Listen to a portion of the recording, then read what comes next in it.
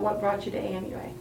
I had seen a couple posts about it, and then my cousin actually was enrolled here at the time, and that's when I decided. I was like, you know what, I'm kind of artsy, I really like makeup, I've been doing my own makeup for a long time. Everything else seemed boring. It wasn't gonna like fill my soul, because I'm an artistic person. I like to be hands-on. Sitting behind an office chair wasn't like ideal. So I was like, you know what, we're gonna go to makeup school. So I started my tuition here October of 2019, and I was supposed to be done in June of 2020.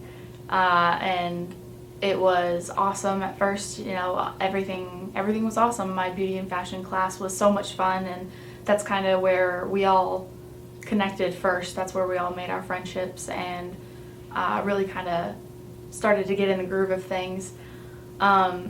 And 2020 came around, and we, some of us were in special effects, some of us had left, and some of us were in wig. And then COVID happened, and we all kind of didn't know what to do. We started working on our deep front project from home, but after that we couldn't do anything, and the special effects people, they couldn't really do anything because we couldn't be together. And so we all were just kind of lost. We were supposed to be graduating, and we were all separated at home, trying to figure out our next steps, how to finish our education and do it to the fullest that we could. So that was probably the biggest obstacle that we've had to overcome. And here and there was a tornado last year, and there was a snowstorm this year. I mean, there's been so much that's gone on, but I feel like it's made us work a lot harder because, we're crunching, but we're all just determined to still get our full experience. We want to finish. We want to achieve everything that we had set out to do. And it's been hard, but I mean, we all love it. None of us, you could ask anybody, none of us could sit in a normal college classroom from 9 to 5 for 2 hours. We can't do it, We come here and we're in our place, we're in our zone. So it makes it a lot easier when we're here.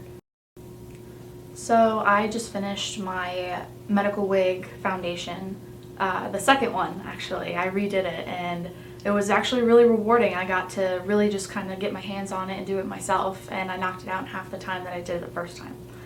So that was really exciting, and now I got to do a fitting, and as soon as that fits, then I can start ventilating and, actually customizing it and making it a wig, essentially. We just wrapped up the minimal age project, and that was probably my favorite thing that I've done. I was so thrilled with the results that came out from that, and the encapsulated silicone is fascinating to me. I don't know, it's really cool. But we are working on our one pieces now, and I went with my dear person, and that was a challenge for sure, sculpting that with the symmetry of the cheekbones and the nose and everything. I wanted to be very symmetrical except for the antlers, which are the kind of big part of it. So we're starting to do that, and I'm learning all the different pieces of how to make a monster. And because I never got to have my hands on clay, but I was always drawing, and I was always painting, and I drew my monsters. I never got to sculpt them, but now I do, and it's very rewarding to see them come to life. And now we're getting into that process, which is exciting. And then we have one more project after that. That I haven't decided what I want to do yet, but it's gonna be big. It's gonna be a lot of work and crunch time, So now it's just about kind of figuring out where we go after.